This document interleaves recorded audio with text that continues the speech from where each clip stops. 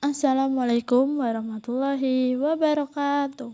Hai semuanya, dengan saya Anissa Nurhayati dari Prodi Ekonomi Pembangunan Universitas Gunung Kidul. Selamat datang di video tutorial kali ini. Kita akan membahas bagaimana cara menganalisis data panel menggunakan model FEM, lengkap dengan uji asumsi klasik dan interpretasi hasil regresinya. Tenang aja, penjelasannya bakal ringan dan gampang diikutin. Yuk kita mulai. Yang pertama, berikut ada sebuah data panel yang akan diuji seperti uji Chow, uji Hausman, uji LM, asumsi klasik, analisis regresi linear data panel, uji hipotesis, dan uji determinasi. Data yang ada pada tabel data tersebut ada beberapa perusahaan swasta disebut data cross-section. Untuk tahun 2015 sampai 2024 adalah data time series. Terdapat variabel X1 atau jumlah karyawan dan S2-nya investasi adalah variabel independen, serta variabel Y yaitu pendapatan adalah variabel dependen. Lalu buka EViews versi 12 Student Lite punya saya. Setelah muncul seperti yang di layar, lalu klik File, lalu New, dan pilih Work File, muncul seperti di layar. Lalu bagian struktur type, pilih Balance Panel, dikarenakan data yang mau diuji adalah data panel. Start date, tahun pertama yang akan diuji yaitu tahun 2015 dan end date, tahun terakhir yang akan diuji adalah tahun 2024. Number of cross section diisi sesuai data perusahaan yaitu 6. Lalu oke. Setelah muncul, klik quick, lalu empty group, lalu tempel data yang ada di Excel tadi secara keseluruhan dan mengganti nama data sesuai variabel seperti Y, X1, dan S2, lalu di close. Setelah itu, klik semua variabel X1, S2, dan Y, klik kanan, open, lalu equation, lalu dimasukkan rumusnya Y, C, X1, dan S2, pilih bagian panel option, lalu pilih fixed, dan oke. Berikut hasilnya. Pilih panel option untuk model yang pertama, yaitu model fixed effect model. Untuk langkah pertama ini, uji Chow dengan cara mengklik view, lalu pilih fixed random effect testing, lalu klik yang paling atas yaitu fixed effect.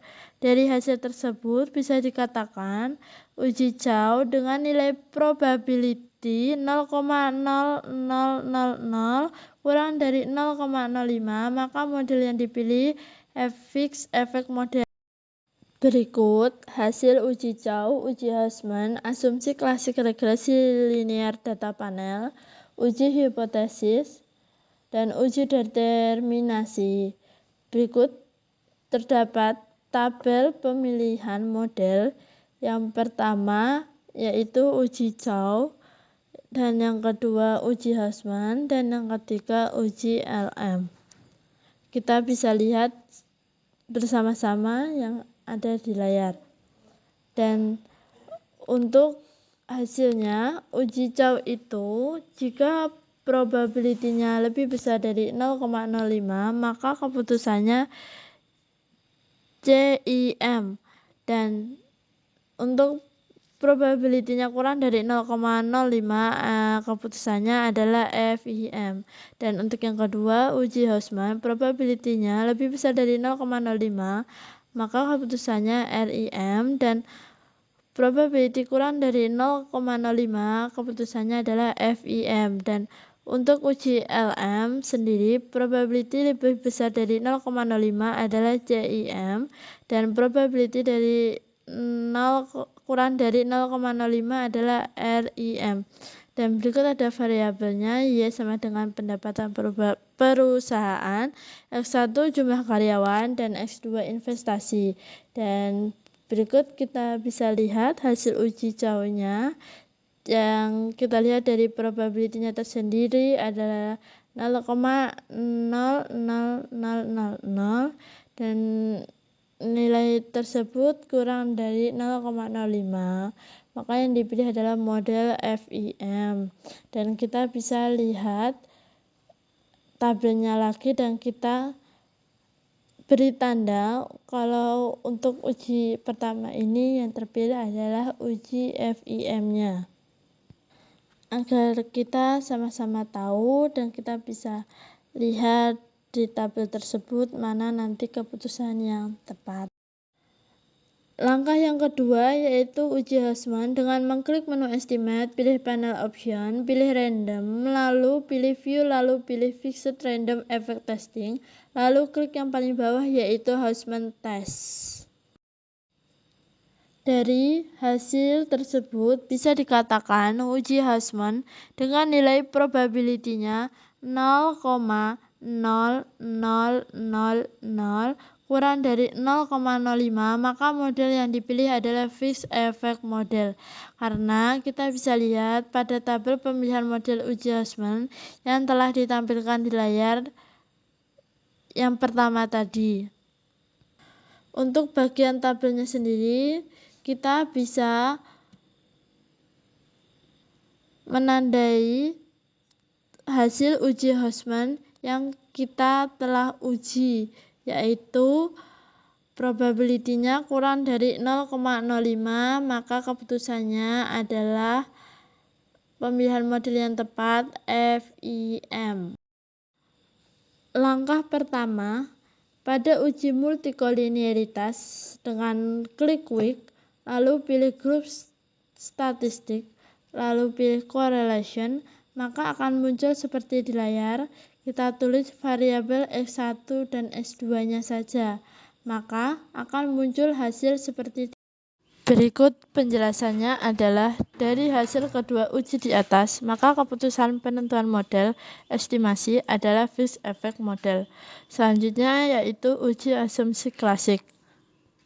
Menurut Napitupulu et al. Tahun 2021, untuk model yang terpilih adalah FIM atau CIM, maka uji asumsi klasik yang harus dilakukan adalah uji multikolinearitas dan uji heteroskedastisitas. Nah, untuk saat ini yang pertama adalah uji multikolinearitas. Kita bisa lihat pada layar untuk hasil uji multikolinearitas tersendiri, koefisien korelasi X1 dan X2 sebesar 0,096 kurang dari 0,85, maka dapat disimpulkan bahwa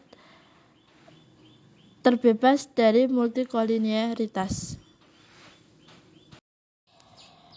Untuk langkah kedua yaitu uji heteroskedastisitas dengan klik estimate, kita tulis abs buka kurung resid tutup kurung y c x1 dan x2, lalu pilih panel option dengan pilih fixed, lalu OK, maka akan muncul seperti di layar hasil dari uji heteroskedastisitasnya. Mari kita lihat hasil uji heteroskedastisitasnya. Untuk variabel X1 dari hasil tabel tersebut diperoleh nilai sebesar 0,5561 lebih besar dari 0,05, maka untuk variabel X1-nya tersendiri terbebas dari heteroskedastisitas.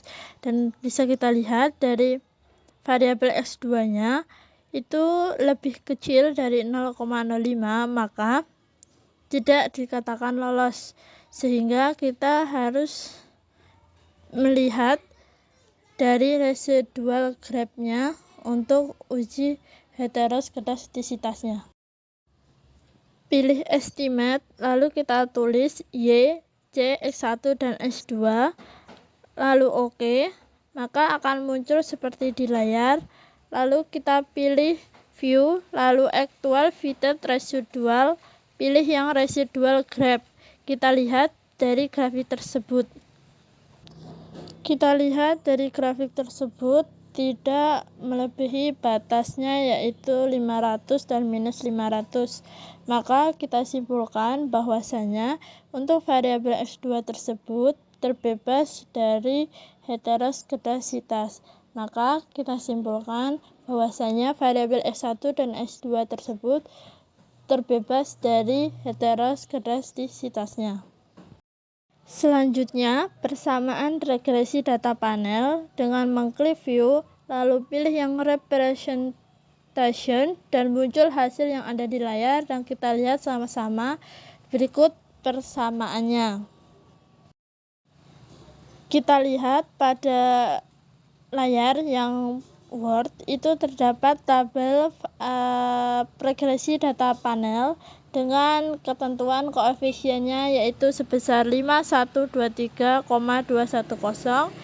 dan nilai variabel X1-nya sendiri ada minus 0,057905 dan X2-nya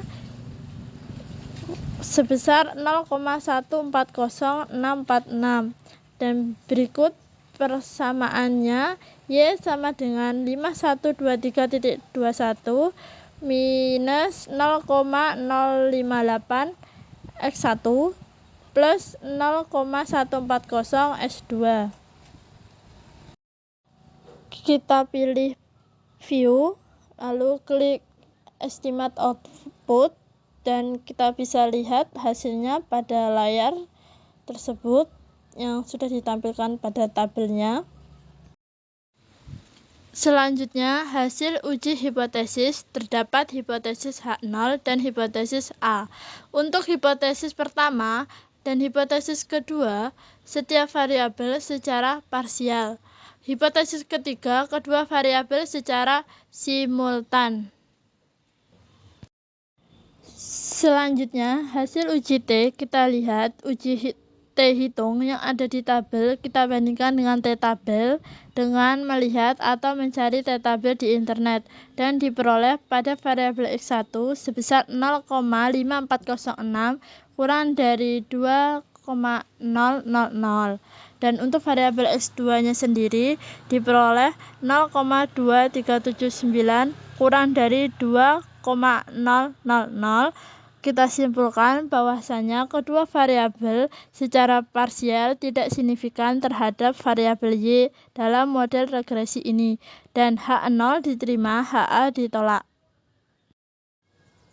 Pada halaman equation kita lihat terdapat hasil uji F dengan melihat F statistik atau F hitung pada tabel di bawah. Kita lihat di tabel paling bawah yaitu F hitung, kita bandingkan dengan F tabel yang diperoleh sebesar 8,46 lebih besar dari 4,46. Kita simpulkan bahwasanya variabel X1 dan X2 secara simultan berpengaruh signifikan terhadap variabel Y. Kita lihat pada halaman equation terdapat hasil nilai tabel yang paling bawah yaitu nilai S² untuk hasil uji determinasinya. Berikut penjelasannya untuk hasil uji determinasi. Kita lihat pada R² yang diperoleh sebesar 53,26% terjadi pada Y dapat dijelaskan oleh variabel X1 dan X2, sisanya disebabkan oleh faktor lain yang tidak dimasukkan dalam model.